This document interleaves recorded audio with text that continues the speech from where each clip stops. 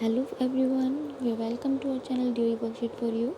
तो आज की वर्कशीट है 7th और 8th क्लास के लिए हमारी सोशल साइंस की G19। ठीक है, सभी बच्चे नोटबुक में पहले डेट मेंशन करेंगे, अपनी क्लास मेंशन करेंगे, अपने सेक्शन के साथ अपना नाम लिखेंगे, अपने क्लास टीचर का नाम लिखेंगे। चलिए आज की वर्कशीट शुरू करते हैं। Parliament is the supreme law making body in India. There are three organs of parliament: president, लोक सभा एंड राज्य सभा। पार्लियामेंट के बारे में तो आपने पढ़ा होगा, सुना तो होगा ज़रूर। ये कानून में सुप्रीम पावर होती है, ठीक है, भारत में। इसके 3 ऑर्गन्स और 3 अंग होते हैं: प्रेसिडेंट, लोकसभा और राज्यसभा, जिनके बारे में आज हम पढ़ेंगे। लोकसभा होता है हाउस ऑफ रिप्रेजेंटेटिव और हाउस ऑफ स्टेट होता है Rajya Sabha. President is elected by the elected members of Lok Sabha. जो प्रेसिडेंट होता है, राष्ट्रपति हमारे देश के जो होते हैं, वो जो इलेक्टेड लोकसभा के जो पहले से ही चुनित व्यक्ति होते हैं, सदस्य होते हैं, उन्हीं के द्वारा चुने जाते हैं। Rajya Sabha and members of state legislative assembly. ठीक है, लोकसभा, राज्यसभा और स्टेट लेजिस्लेटिव असेंबली के जो लोग होते हैं, उन सभी की सहमति से हमारे देश के राष्ट्रपति चुने जाते हैं। तो देखते हैं एक flow chart house of parliament. इसमें 2 हैं, लोकसभा और राज्यसभा। लोकसभा में 543 मेंबर्स होते हैं, are elected by the people, जो लोगों द्वारा चुने जाते हैं। While 2 members belonging to the Anglo Indian community, जिसमें से 2 लोग होते हैं जो एंग्लो इंडियन कम्युनिटी से बिलोंग करते हैं, are nominated by the president, जो राष्ट्रपति द्वारा चुने जाते हैं। राज्यसभा में 238 members are elected by the elected members of state legislative assembly. 238 members होते हैं जो स्टेट लेजिस्लेटिव असेंबली द्वारा चुने जाते हैं, जिसमें से 12 प्रेसिडेंट द्वारा नॉमिनेटेड होते हैं। ठीक है, क्वेश्चन 1 करते हैं इसी के बेस पर। Write down the name of your parliamentary seat and name of member of parliament MP as well.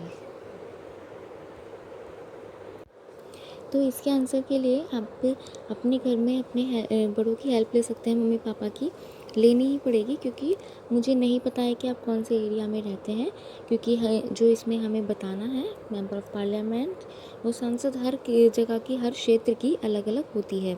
ठीक है, तो आप पता करें अपने पेरेंट्स से और यहाँ पर उसके बारे में लिखें। प्रश्न 2 है, how many Lok Sabha seats and Rajya Sabha seats are there in the national capital territory of Delhi, name each of member of parliament as well. यहाँ पर आपको सीट भी बतानी है और उनके नाम भी लिखने हैं। तो यहाँ पर बच्चों मैं बता देती हूँ, ये हैं हमारी कुल 10 सीटें। ठीक है, कुल 10 सीट्स हैं हमारे पास, जिसमें से 7 हैं लोकसभा की और 8 हैं राज्यसभा की।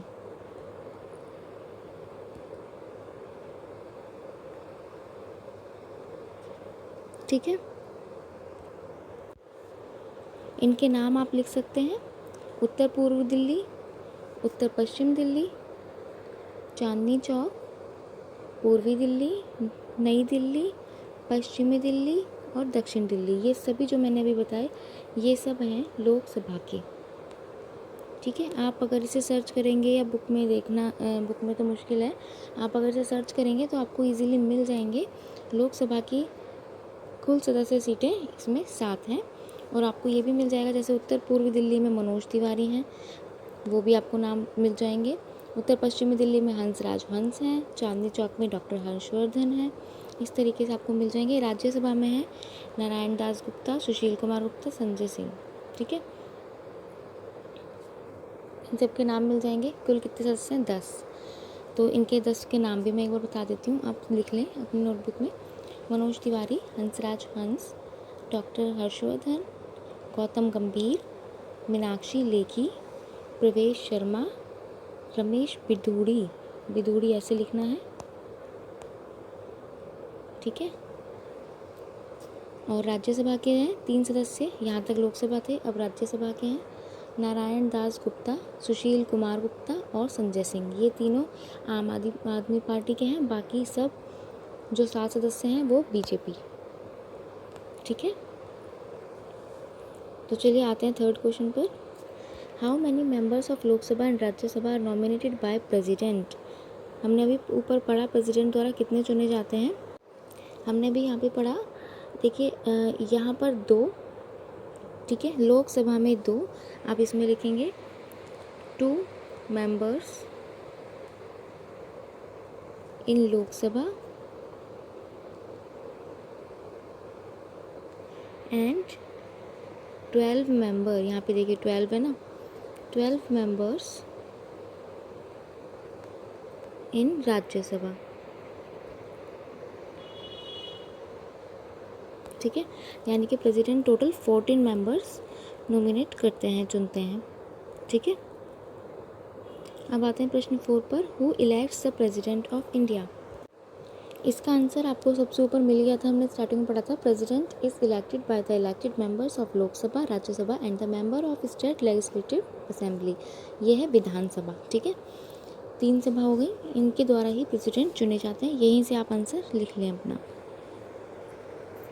तो आज की वर्कशीट हमारी यहीं पर कंप्लीट हो चुकी है। इसके बारे में आप और ज़्यादा पढ़ें ताकि आपको जानकारी प्राप्त हो।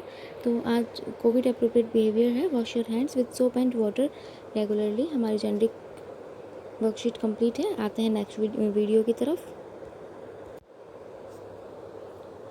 तो हमारी नेक्स्ट वीडियो है क्लास 7th के लिए हिंदी, ठीक है। कार्यपत्रक 3 है। सभी बच्चे डेट मेंशन करेंगे 28 जुलाई 2021। अपना नाम लिखेंगे, अपने कक्षा अध्यापक का नाम लिखेंगे। चलिए एक गद्यांश दिया है, इसे पढ़ लेते हैं पहले। भारत देश सबसे बड़े एशिया महाद्वीप में स्थित है जो उत्तरी गोलार्ध में स्थित है। इस दुनिया में छोटे बड़े लगभग 400 से अधिक देश हैं, जिसमें से भारत देश क्षेत्रफल की दृष्टि से 7वां स्थान तथा जनसंख्या की दृष्टि से दूसरा स्थान रखता है। मेरा देश भारत ही ऐसा देश है जहाँ सभी धर्मों के लोग एक साथ मिलजुल कर रहते हैं, तो वहीं सभी देशवासी मिलकर अपने देश की आन और शान के लिए कुर्बान होने का जज्बा भी रखते हैं। मेरे देश को प्राचीन काल में आर्यव्रत, ब्रह्मव्रत तथा हिंदुस्तान कहकर पुकारा जाता था। मेरे देश भारत का नाम ऋग्वैदिक काल के प्रमुख जन भरत के नाम पर पड़ा, ठीक है। हमने पढ़ लिया। इसके संबंध में कुछ प्रश्न हैं, उससे हमें करना है काम। चलिए प्रश्न 1 दिया है, निम्नलिखित शब्दों से अपने मनपसंद वाक्य बनाइए।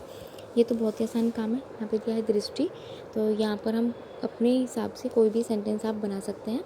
जैसे यहाँ पर था, देखिए, जिनमें से भारत देश क्षेत्रफल की दृष्टि से, है ना, तो वैसे ही आप भी अपने हिसाब से यहाँ पर कोई भी डायलॉग, कोई भी वाक्य लिख सकते हैं। क्षेत्रफल, क्षेत्रफल के लिए भी आपको यहाँ से मिल जाएगा। आप अपनी मर्ज़ी से भी कोई भी वाक्य बना सकते हैं। प्राचीन, प्राचीन काल यानी पुराना, ठीक है, इसमें भी आपको यहाँ पर मिल जाएंगे वाक्य, ठीक है, और आप अपनी मर्ज़ी से भी बना सकते हैं।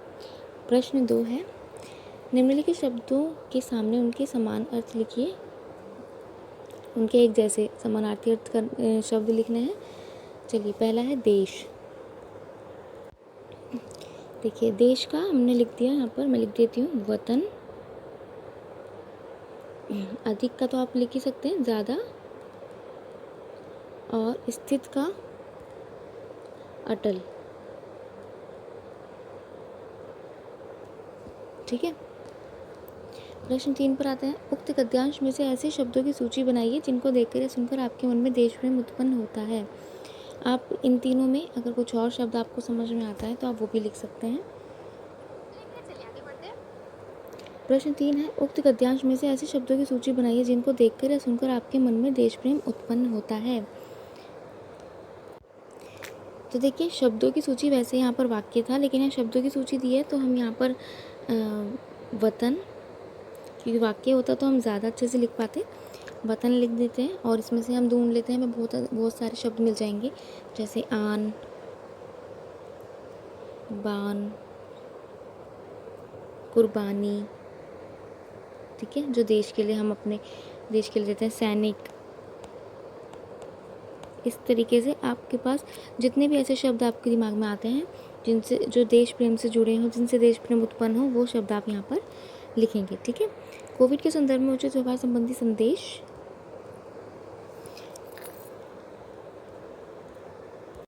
एक दूसरे से 6 फीट की दूरी बनाकर रखें। तो हमारी आज की वर्कशीट यहीं पर समाप्त होती है। मिलते हैं अगली वर्कशीट के साथ। तब तक के लिए आप प्लीज़ चैनल को सब्सक्राइब करें, वीडियोज़ को लाइक और शेयर करना बिल्कुल ना भूलें। Thank you.